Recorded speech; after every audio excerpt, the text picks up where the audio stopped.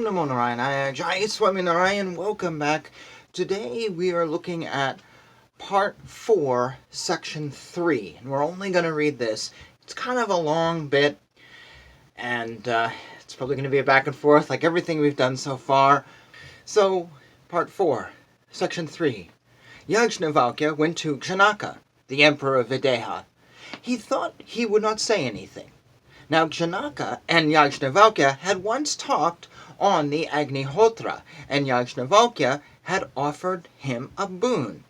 He had begged the liberty of asking any questions he liked, and Yajnavalkya had granted him the boon.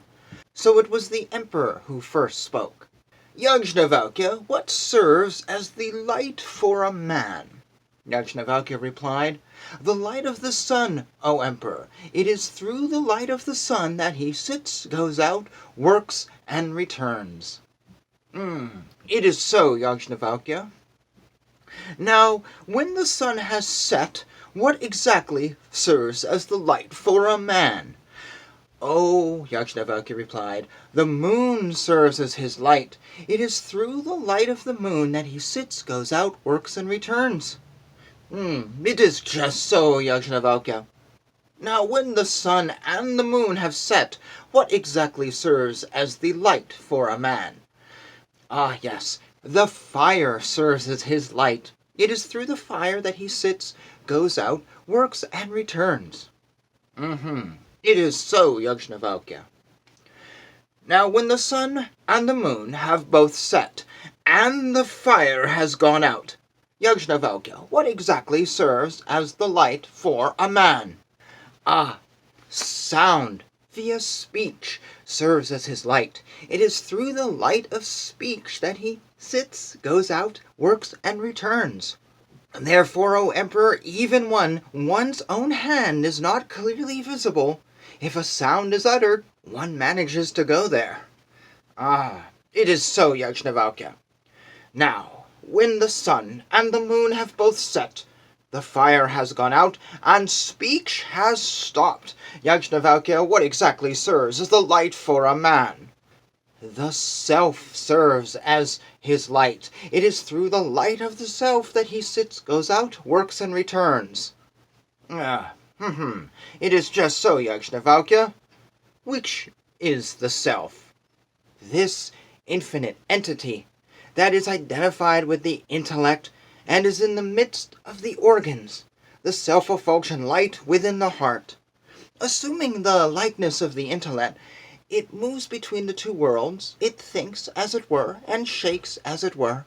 Being identified with dreaming, it transcends the world, the forms of death, ignorance, etc., all that. That man, when he is born or attains a body, is connected with evils, the body and the organs. And when he dies or leaves the body, he discards those evils. The man only has two abodes, this and the next world. The dream state, which is the third, is at the junction of the two.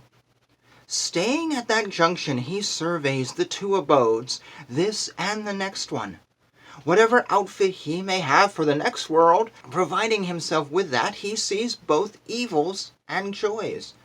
When he dreams, he takes away a little of the impressions of this all-embracing world here in the waking state. Himself puts the body aside, and himself creates a dream body in its place, revealing his own luster by his own light and dreams. In this state, the man himself becomes the light. There are no chariots, nor animals to be yoked to them, nor roads there, but he creates the chariots, the animals, and the roads. There are no pleasures, joys, or delights there, but he creates the pleasures, joys, and delights. There are no pools, tanks, or rivers there, but he creates the pools, tanks, and rivers, for he is the agent. Now, regarding this, there are the following pithy verses. The radiant infinite being who moves alone, puts the body aside in the dream state, and remaining awake himself, and taking the shining function of the organs with him, watches those that are asleep. Again he comes to the waking state. Such is said. Also it is said, The radiant infinite being who is immortal and moves alone preserves the unclean nest with the help of the vital force and roams out of the nest. Himself immortal, he goes wherever he likes, has also been said. Also it is said, in the dream world, the Shining One, attaining higher and lower states, puts forth innumerable forms. He seems to be enjoying himself in the company of women, or laughing, or even seeing frightful things. Thus is also said. And it is said, all see his sport, but none see him. They say, do not wake him suddenly. If he does not find the right organ, the body becomes difficult to doctor. Others, however, say that the dream state of a man is nothing but the waking state, because he sees in dreams only those things that he sees in the waking state. This is wrong. In the dream state, the man becomes the light. Thus it is said. Then the emperor replied, I give you 1,000 cows, sir. Please instruct me further about liberation. Yajnavalkya replied, after enjoying himself in roaming, and merely seeing the result of good and evil in his dreams, he stays in a state of profound sleep and comes back in the inverse order to his former condition, the dream state. He is untouched by whatever he sees in that state, for this infinite being is unattached. It is so, Yajnavalkya. I give you 1,000 cows, sir. Please instruct me further about liberation itself. Yajnavalkya replied, after enjoying himself and roaming in the dream state, and merely seeing the results of good and evil, he comes back in the inverse order to his former condition, the waking state. He is untouched by whatever he sees in that state, for this infinite being is unattached. It is so, Yajnavalkya, replied the emperor. I give you 1,000 cows, sir. Please instruct me further about liberation itself. Yajnavalkya replied, after enjoying himself and roaming in the waking state and merely seeing the result of good and evil, he comes back in the inverse order to his former condition, the dream state. As a great fish swims alternatively to both the banks of a river, eastern and western, so does this infinite being move to both sides in those states, the dream and the waking states. As a hawk or a falcon flying in the sky becomes tired and stretching its wings is bound for its nest, so does this infinite being run for this state, where, falling asleep, he craves no desire and sees no dreams. In him are those nerves called hita, which are as fine as a hair split into 1,000 parts and filled with white, blue, brown, green, and red serums. They are the seat of the subtle body in which impressions are stored. Now, when he feels as if he were being killed or overpowered, or being pursued by an elephant, or falling into a pit, in short, he conjures up at the time through ignorance whatever terrible things he has experienced in the waking state. That is the dream state. And when he becomes a god, as it were, or a king, or whatever it were, he thinks, this universe is myself, who am all. That is his highest state. That is his form, beyond desires, free from evils, and fearless. As a man fully embraced by his beloved wife does not know anything at all, either external or internal, so does this infinite being, fully embraced by the Supreme Self, not know anything at all, either external nor internal. That is his form, beyond desires, free from evils, and fearless. As a man fully embraced by his beloved wife does not know anything at all, either external nor internal, so does this infinite being. That is his form, in which all objects of desire have been attained and are but the self, and which is free from desire and devoid of grief. In this state a father is no father, a mother is no mother, worlds no worlds, the gods no gods, the Vedas no Vedas. In this state a thief is no thief, the killer of a noble Brahmana no killer, a Chandala no Chandala, a Pulkasa no Pulkasa, a monk no monk, a hermit no hermit. This form of his is untouched by good work and untouched by evil work, for he is then beyond all the woes of his heart.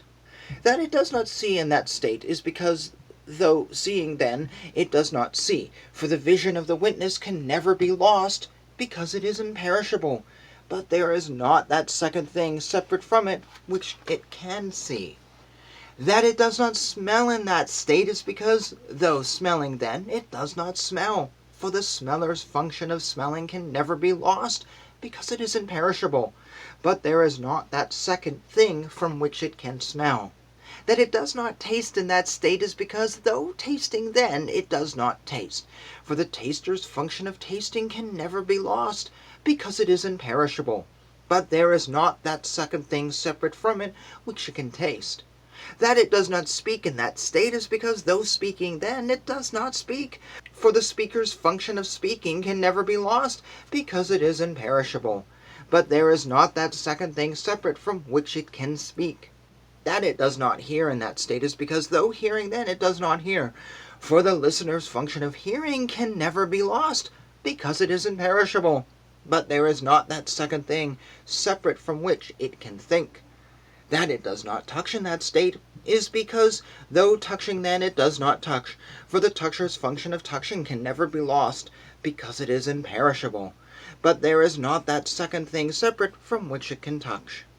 That it does not know in that state is because, though knowing then, it does not know. For the knower's function of knowing can never be lost, because it is imperishable. But there is not that second thing separate from which it can know. When there is something else, as it were, then one can see something, one can hear something, one can taste something, one can speak something, one can hear something, one can think something, one can touch something, or one can know something. It becomes transparent like water, one the witness and without a second. This is the sphere of Brahman, my dear Emperor. This is supreme attainment. This is its supreme glory. This is the highest world. This is its supreme bliss. On a particle of this very bliss, other beings live. He who is perfect of physique and prosperous among men, the ruler of others, and most lavishly supplied with all human enjoyments, represents greatest joy among men. This human joy multiplied 100 times makes one unit of joy for the Manes who have won that world of theirs. The joy of these Manes who have won that world multiplied 100 times makes one unit joy in the world of the celestial minstrels. This joy in the world of the celestial minstrels multiplied 100 times makes one unit of joy for the gods by action, those who have attained their godhead by their actions.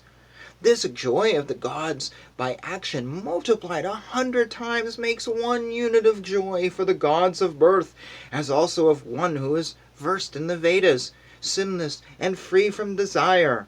This joy of the gods by birth multiplied 100 times makes one unit of joy in the world of Prajapati, as well as one who is versed in the Vedas, sinless and free from desire. This joy in the world of Prajapati multiplied 100 times makes one unit of joy in the world of Brahman, as well as one who is versed in the Vedas, sinless and free from desire.